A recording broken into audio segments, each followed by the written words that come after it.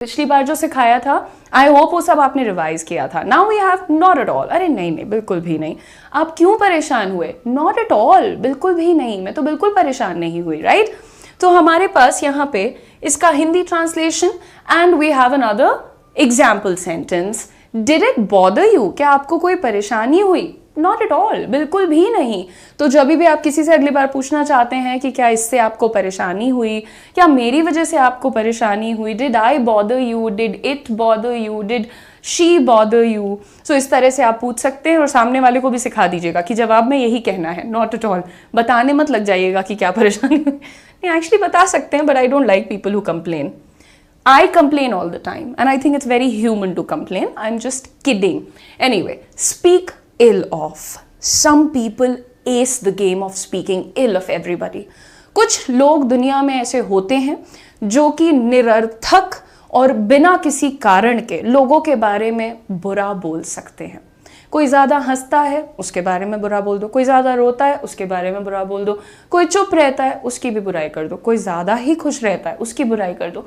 सो आप ऐसे लोगों को तो कभी कोई खुश नहीं कर सकता. And this is actually a very bad habit, है ना? अगर आप बुराई ज़्यादा कर रहे हैं, कभी अपने काम की, कभी अपने सहकर्मी की, कभी अपने परिवार की, कभी अपने दोस्तों की, कभी अपने कंपटीशन की, तो ये जो नेगेटिविटी है ये कहीं बाहर नहीं जा रही है, ये आपका माइंड कंज्यूम कर रहा है और वो आपको एक बहुत ही स्लो और नेगेटिव पर्सन बना देगा. So don't do this mistake. Speaking ill of का मतलब होता है बुराई करना. किसी की भी बुराई करना इज अ बैड हैबिट यार. So don't speak ill of everyone और anyone, right? It is not polite to speak ill of others behind their backs. हाँ, कोई शिकायत है, कोई चीज आपको हर्ट कर गई है, sit down and have a mature conversation. थोड़ा सा गंभीर सिंसियर लोगों की तरह बैठ के बात कर लीजिए ना. नहीं करनी है, हम पीठ पीछे जाके चुगली करेंगे. So it is not polite to speak ill of others behind their backs. पीठ पीछे बैठ के बुराई करना जो है अच्छी चीज नहीं है.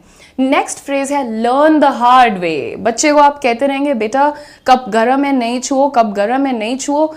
3 दिन 4 दिन आप समझाएंगे, 5वें दिन जब कप उनके ऊपर गिर जाएगा, वो जल जाएंगे, तब वो तुरंत सीख जाएंगे कि ना ना कप को हाथ नहीं लगाते हैं. तो जब भी कोई चीज हम लोग बहुत ही बुरी तरह से सीखते हैं, मुश्किलों से सीखते हैं, तो उसे कहा जाता है लर्न द हार्ड वे.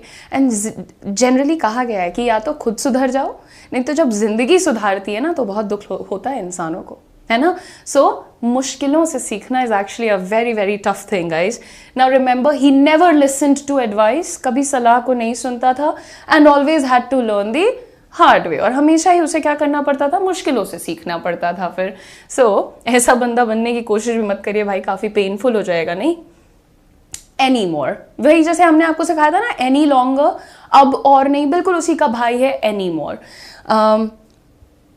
अब और नहीं बर्दाश्त करेंगे, I will not tolerate any more. अब और नहीं वेट करेंगे, I will not wait any more. अब और नहीं बोलेंगे, I will not speak any more, है ना? तो ये इस तरीके से आप यूज करिए, बड़ा ही easy to use also. I don't want any more cake. अब और नहीं चाहिए, I don't want any more cake. क्या नहीं चाहिए?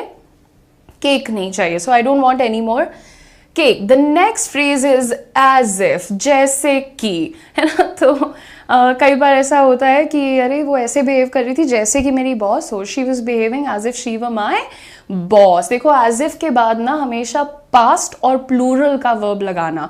As if she was my boss नहीं बोला, as if she were my boss. Subjunctive mood एक चीज होती है ग्रामर में. तो जब आप किसी अनफुलफिल्ड डिजायर या विश की बात करते हैं तो वहां पर आप इस रूल को फॉलो करते हैं, पास्ट और प्लूरल के ऑक्सिलरी को लगाते हैं. Let's see this. He treats me as if I am his enemy. He treats me as if I am his enemy लिखा हुआ है यहाँ पर, तुरंत इसको गलत कर दीजिए. एज इफ आई वर होगा, right? I knew this. Again, he treats me as if I were his enemy. वो ऐसे मुझे ट्रीट करता है जैसे कि मैं उसकी दुश्मन हूं. सो यहां पर हमने क्या बदला? आई एम प्रेजेंट है, पर एज इफ के बाद, आई विश के बाद, जनरली इफ के बाद हम क्या यूज करेंगे? पास्ट और प्लूरल ऑक्सिलरी. ठीक है, ये हो गया. नेक्स्ट है हमारे pass on the spot. On the spot का मतलब बिल्कुल उसी जगह पर. सो तुरंत, है ना? जहां पे तुम खड़े हुए हो वहीं पे अब तुम्हें काम करना है, तो बोलोगे ऑन द स्पॉट. मेरे को 100 रुपए चाहिए, अभी दो. ऑन द स्पॉट दो, है ना, तो वही होता है तुरंत, जहां पर आप मौजूद हैं बिल्कुल उसी जगह।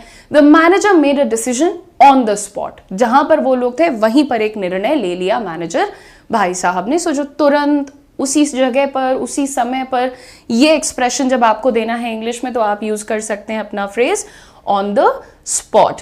ठीक है, हमारा नेक्स्ट फ्रेज है एंड ऑल दैट, वही शेनानिगन्स वाली बातें। तो यहाँ पे और वैसा ही, है ना, और वैसा ही बहुत कुछ बोला। तो he said you're a bad girl, he said you are dishonest, he said you are a liar and all that, और ऐसी ही बहुत सारी बातें।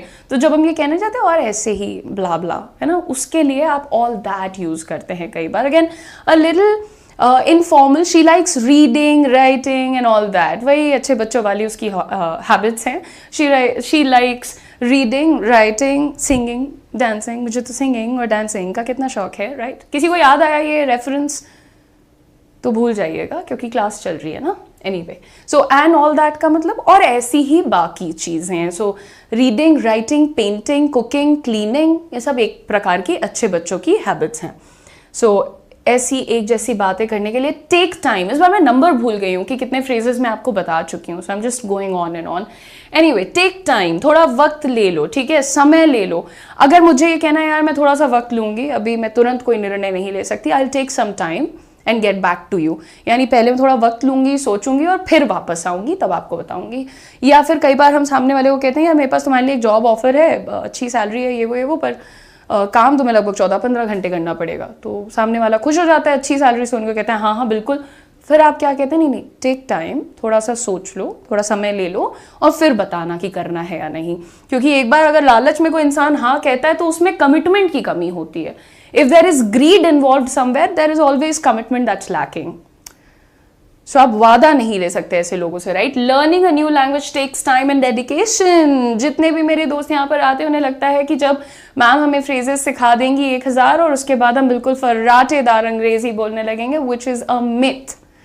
ठीक है, आई एम वेरी श्योर कि ऐसे फ्रेजेस मुझसे ज्यादा शायद आपको आते होंगे, लेकिन मिसिंग क्या है?